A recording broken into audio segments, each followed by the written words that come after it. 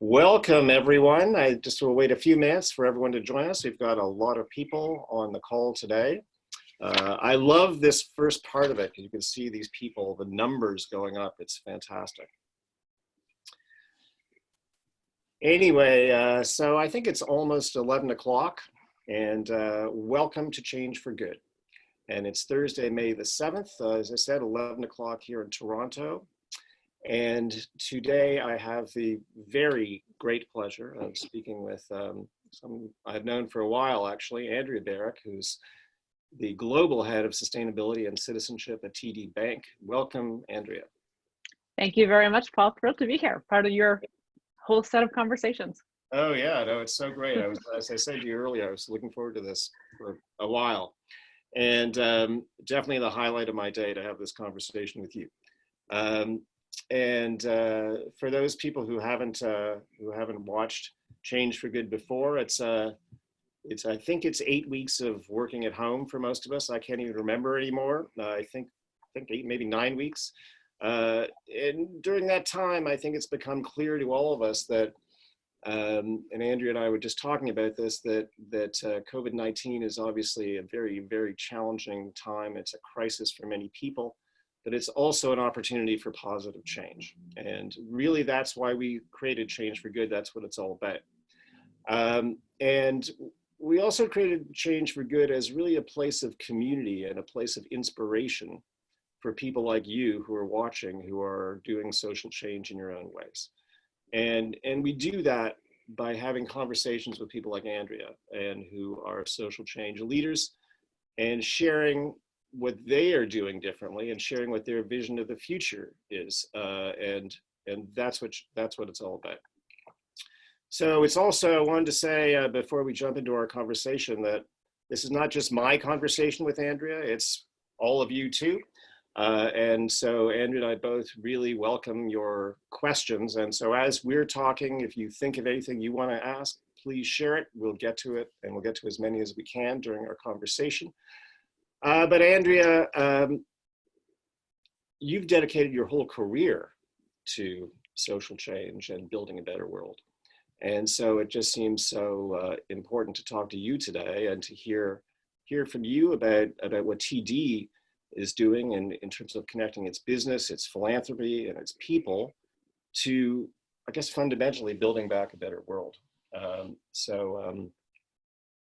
The first question that I have, I was thinking about, is working at home is different for most of us. I'm working at home, you're working at home, but you're leading a large and important team at TD. So how is all this different for you personally? Tell us the story of what's really going on in your life. Okay, yeah, and a good question actually for Mental Health Week.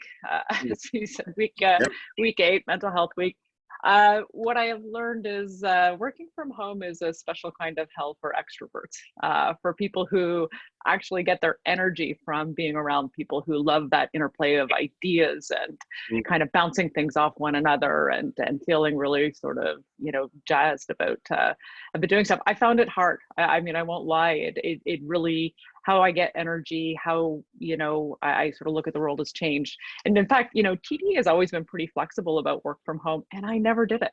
I liked the routine of getting up and getting dressed, going into the office, grabbing lunch in the path. So I've tried to, how do I recreate routines? And, the only routine I've really recreated, which I would say is my pro tip, is, wear shoes during your workday. It's hard to feel professional in socks. So that was, maybe one of those things. But the other piece is, all joking aside, is I do feel like it's really forced us to be more intentional and a change of mindset. So how I interact with people, I can't rely on just having this sort of in the moment chats, or I'll run into folks. And I think in the end, that's been a real positive, because I have a large team that's not all in Toronto. And, in the past, I think the folks who I saw every day, I had a different relationship with, and there was all these people that would, Zoom in or come in on video or WebEx. And so what this has done is level the playing field for everyone. And I have to really think through, how do I make sure to connect with everyone? There's no hierarchy of location anymore. And so I actually do hope that continues. think the other thing that I would say that we're sort of learning as we go is that, we've tried to, now this looks like it's going to be the new normal for some time, that we're all going to work like this. And so not everything can be a fire drill. And so we need to sort of shift from being in that highly reactive mode to being able to be a little bit more proactive, to think through, you know, what is our mandate? How are we going to achieve it? What does that look like in this new, or normal? And not have everything be sort of incoming. So yeah, and all of that with still humor and caring, and making sure that we're all taken care of on the team. Oh, I love that. And how many people are on your team? So we've got across the enterprise about 90. And that's certainly, we have mostly US and Canada. So we have our philanthropy teams, we have employee engagement teams, we have our ESG reporting teams, and the environment team, which is quite large as well. That's amazing. So one of the things that I think has been really consistent in these conversations, and you and I chatted about it before as well, is that there's been this real, I think we've all seen that people who were vulnerable before are even more vulnerable. And now I was curious to know, what you're seeing, and you've got 90 eyes and ears on this issue, in a way that we don't. So how are you hearing what's happening, and what are you hearing, and how is that filtering to you? What are you seeing? Yeah, and I actually love that you sort of brought in that, taking the perspectives of different people who are in different places and in different communities, because what I've realized is that, I'm in a bit of a bubble. I have the benefit of having my own office, and I can go outside when I want to, and I don't have little kids at home, right? So, and I'm in Toronto, in a country where there's, universal healthcare and a different sort of stance. And so, I think what's been really horrifying and continues to keep me up at night is both the explicit, but also the hidden vulnerabilities that are coming up that are related to COVID. And it's funny, because when TD launched the Ready Commitment in 2018, it was really around trying to ensure a more inclusive and a more sustainable future, and recognizing that not everyone had the same opportunity to be part of that. So what could the bank do to contribute to that? Contribute to that goal. And so what I found is that our notion of who we consider vulnerable is also expanding, right? Mm-hmm. And so if I think about, it's certainly about age and demographics, but it's also about geography, and so in the US, we are seeing that racialized populations have a much higher incidence of the virus, but also far higher mortality rates.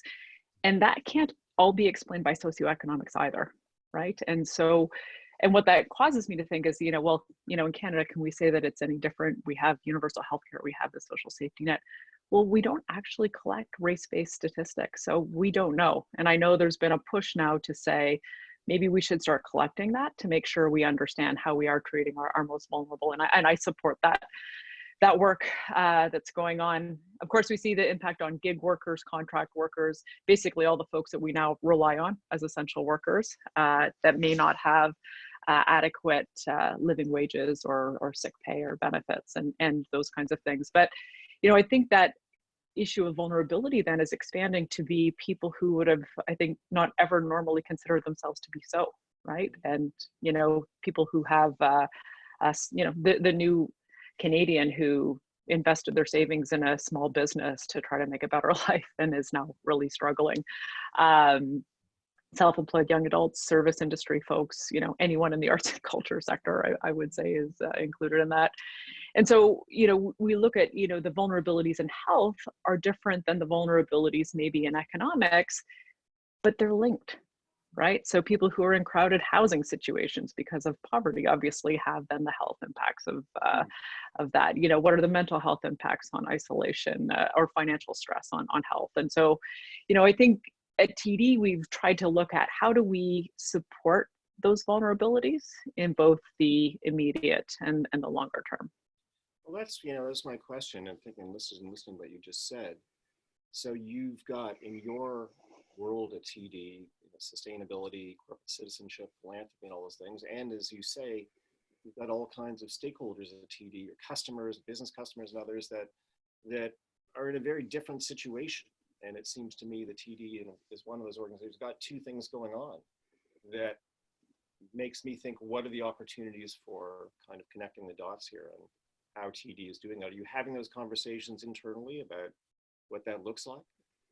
Yeah, absolutely. I think TD's always had this purpose to try to, enrich the lives of our customers, our colleagues, and our communities, and this virus has certainly amplified the need for that, because what we're seeing is certainly we put out this, TD Community Resiliency Initiative, which is really, certainly about philanthropy, but is also about how are we using our business and how are we using our people to try to actually create the conditions where people are less vulnerable, where we know that, are we sure that all of our customers know how to access the government benefits that are out there, as an example? Who's being left behind in that process, because not everyone, whether they be an individual or a business, is equally able to sort of access those kinds of things. Can we use our supply chain? I mean, this is sort of, teeing off of last week's interview, right? Is how do we look at our supply chain and how we can use that? And as you know, I mean, we've actually purchased some of our masks through a social enterprise now that employs vulnerable folks to be able to look at doing a bit better in that. And then we've closed half of our branches, and we have, for some of our teams, they're super busy, and other teams have capacity. And so we've tried to look at, could we redeploy those folks back into the community where they're needed, and are certainly investigating that. And all this, in a very large organization, and it seems to me like what you've described, and I think what we've experienced, all of us, is, we're having to move really, really fast. And that's part of the dynamic of responding. And we work in a very small organization. You work in an organization that has tens of thousands of people, and yet you've done all this change that quickly. So can you just give us a little bit of, like, what is the backstory? Like, how has a large organization like yours been able to do things like, as you mentioned, that you've got the Community Resilience Initiative and others that was created very quickly? Tell us how that's possible in a large organization. Yeah, well, no one would ever accuse a large bank of being nimble. But like, as many things have shifted, our work has adapted as well. I've actually been amazed at how quickly we were able to, for instance, like, we had 60,000 people who all of a sudden on one day shifted to working at home. I mean, we didn't have the technological capacity to make that happen, but we got it up really quickly, right? And all of a sudden, all of the processes, like, what do we need for digital capacity? How we shift our process to make all that stuff work? Doing HR policy on the fly in some ways, but trying to, meet needs and recognize that things are changing moment by moment. And so I think the capacity for change has been what's been most amazing to me in this entire process. And, if I even think about our customers who we were trying to get to move to banking digitally for a decade, and we accomplished it in like 3 days because of COVID.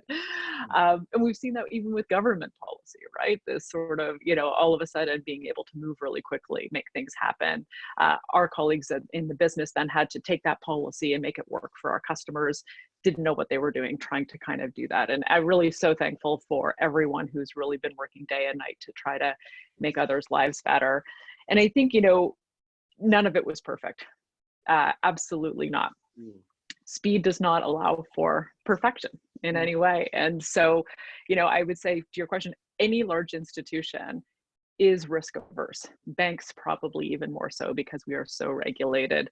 And tolerance for mistakes and error is lower, because I think the stakes are so high. And so I think the big change we've seen in the situation is that we're willing to accept risks in a way that we haven't before, because the idea is that it's better to do something imperfectly than to do nothing and let people fall through the cracks, right? And so I've had this mantra in my whole career, which is GEPO, like good enough, push on, which made me a bit of an oddity in my current environment.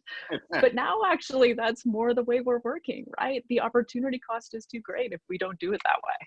Totally. And that, it also makes me think about how you look at that with respect to how you're coming back to the philanthropy, back to the frontline organizations that are needing help from organizations like yours. And so you're moving, so you've moved very quickly to create the TD Resilience Initiative, that's getting more support to more organizations. Well, you know, banks and I think charitable organizations have built a whole process around giving and receiving grants and, you know, measurement and evaluation, all this kind of thing. And, you know, you're no one more familiar with all the stuff than you.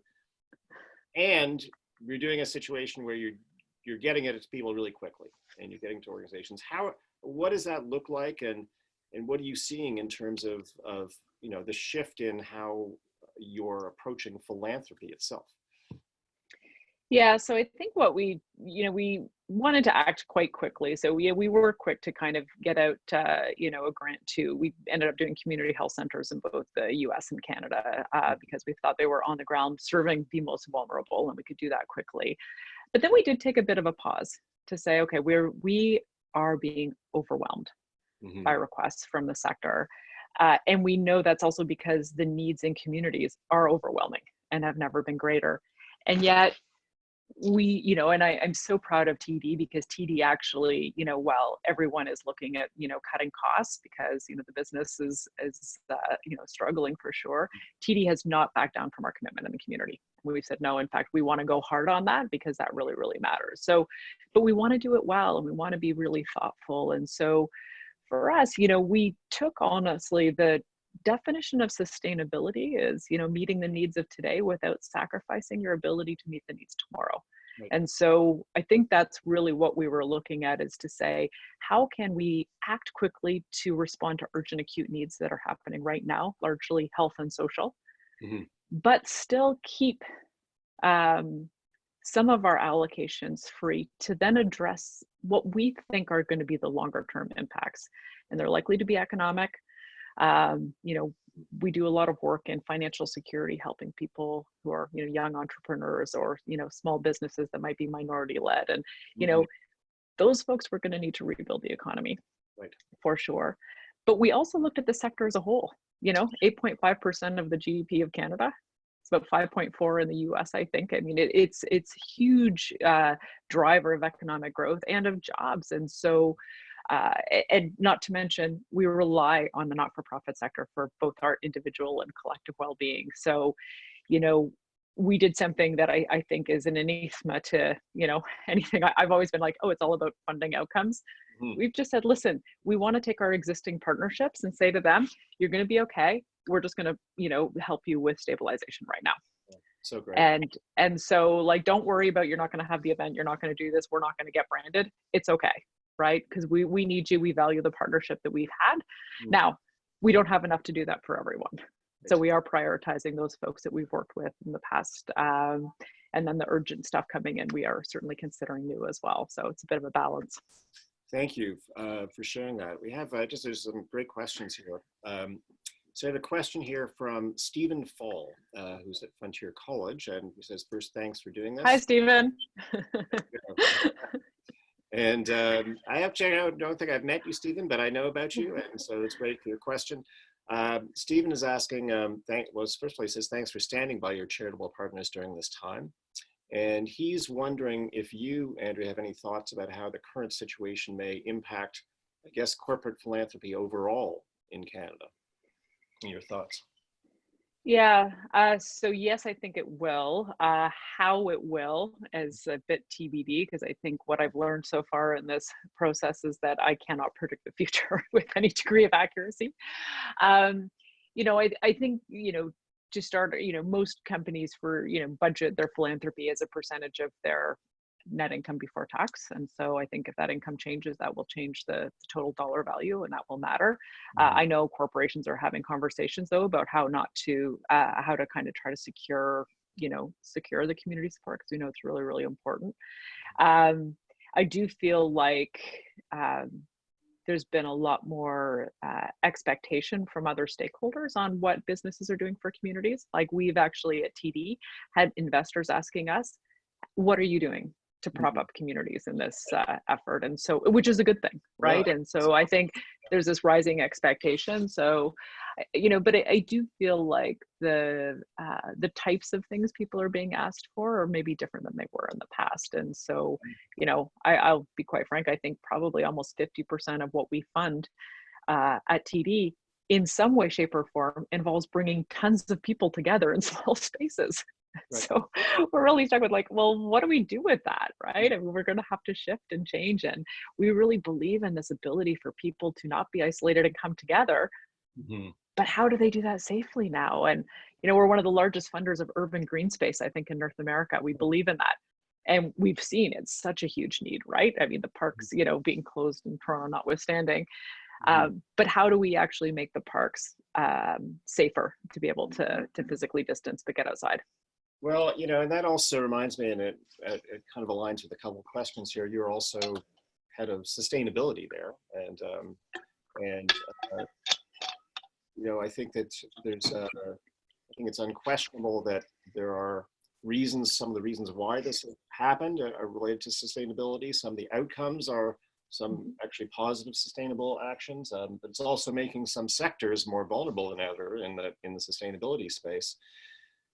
How is an organization like TD balancing that, that kind of, tension between, needing to be more sustainable, but also addressing the needs of sustainable sectors like oil and gas and so on? What does that look like? Are you thinking any differently about that challenging into a space that's already kind of challenging? How are you thinking about that differently? Yeah, so I think there's been such great examples, I think, and the two things we've been concerned about when it comes to the environment at TD have been on climate change and moving to a low carbon economy, and on urban green space, right? So, and both of them we've seen really, I think, rise in attention. And so, with regards to climate change, obviously we've seen a fall in GHG emissions as folks have shut down, but the economic impact of that on our society, but on individuals, Right. matters. And so what that says to me is that we probably need to move faster than we have to transition to that low carbon economy. But what's clear is we cannot just do that overnight without hurting a lot of people. Right. And people whose lives and families and health and well-being matter. And so I think, we've always tried to balance that tension, but I think we've seen now, a way to try to have the conversation a little bit differently to say, how do we get there faster? We talked about the urban green space before as well, but, I think it actually expands to public space in general. Our cities were not designed for distancing. And we've tried to encourage people to live in more densely populated urban environments with mass transit. And and you know what it's doing well in real estate right now is single family homes in the suburbs with cars. So, I think we, from an environmental perspective, we need to kind of rethink, I mean, you go to the store now, they won't let you reuse your own bags, right? So all of that sort of effort drives me crazy just trying to buy things now. But on the other hand, because of shortages of personal protective equipment, they're now looking for the first time at how might they recycle that, because we're not making enough of it new. And so are there different ways to recycle? So, there's lessons on both sides. It's a fascinating time to witness and to observe and to get ideas for future. Well, again, it's I think, as we talked about before, this is about looking at where are the opportunities for being more innovative and creating social innovation today. I want to get to another question from Lynn. Very interesting. It's a different perspective. I don't think anyone's asked this. So Lynn says some B Corps have been looking at providing emergency employee loans, small amounts, about $500, available within 24 hours and paid back slowly over payroll. We're a B Corp, I didn't even know about this. And she said if it meets an employer's immediate needs and done through a bank, allows employees to build their credit history. Good point. So this is good support for vulnerable populations. Her question is, might TD and the industry be more open to offering or exploring solutions like this going forward? I guess in partnership with B Corps and others. Yeah, well, I can speak more generally than on the specifics because I'm just not aware of that particular initiative. But what I will say is that, before all of this started, we were in the midst of expanding on our overall sustainability strategy and looking at the ESG portion of it, and which is sort of environment, social, governance, like components of our work. And what we did recognize is that we have a real role to play in creating shared prosperity, right? And we recognize income inequality as an issue, and that we need to ensure for our business and our own sustainability that we have a strong middle class, and we have people who are able to, in fact, get loans, have a bank account, take out a mortgage. That helps our business. So how do we get there? And how do we make sure that all folks can sort of access finance in a different way? So all that to say, are we interested in different tools and innovations to make that happen? Absolutely. And I think our businesses are as well. And they're very open to sort of thinking, how do we think differently to, in fact, include more people? Great. 2 checklists for people listening today.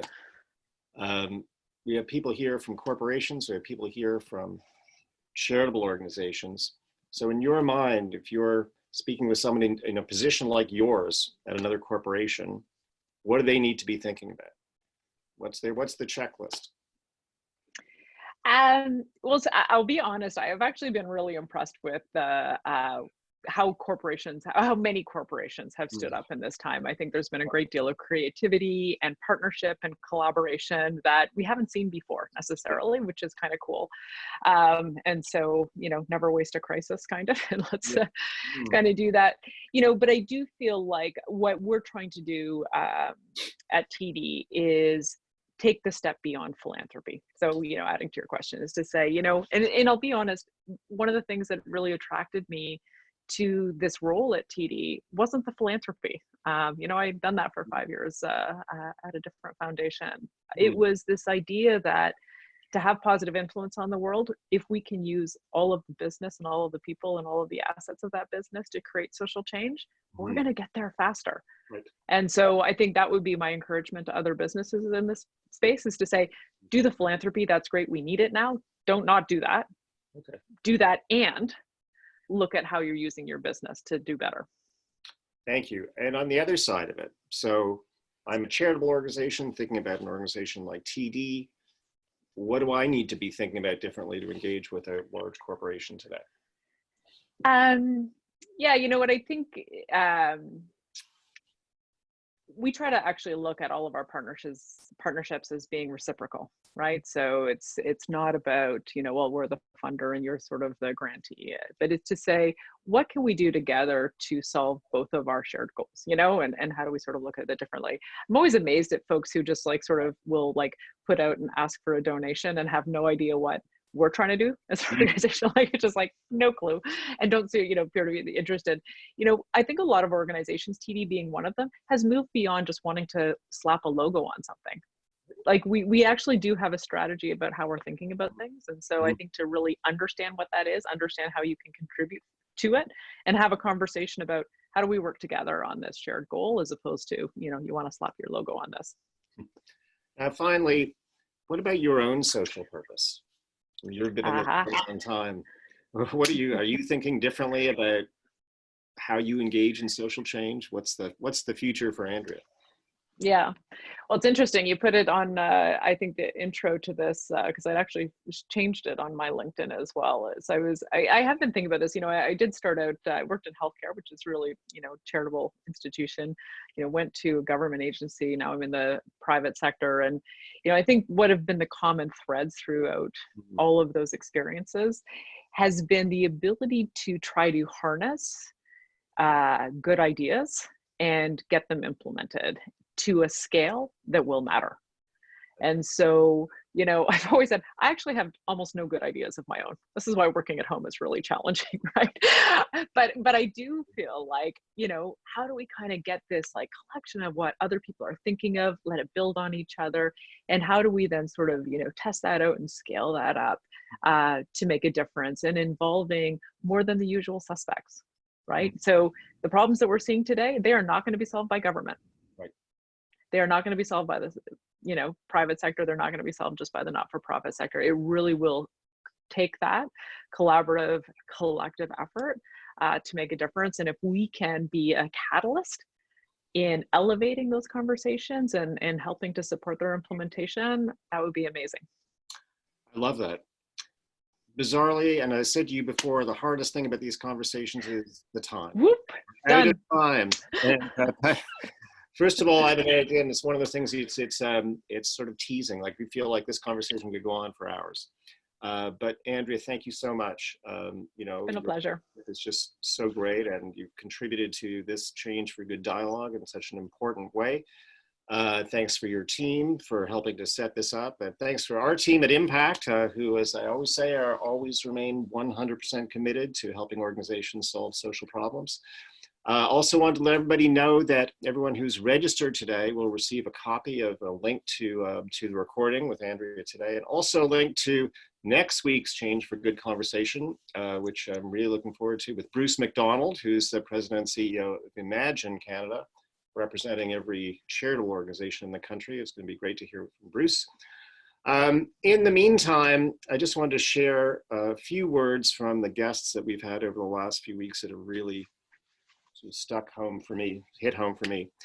And they are, remember that everything is possible today. And I think that's different than we used to have. Also to think 7 generations ahead, which is also so important for thinking about sustainability, and to always think that this is an opportunity to build back better. And that's really why we're here today. So I really appreciate, Andrea, you being here. Appreciate everybody's participation today. Look forward to seeing you next week, and stay safe. Thank you.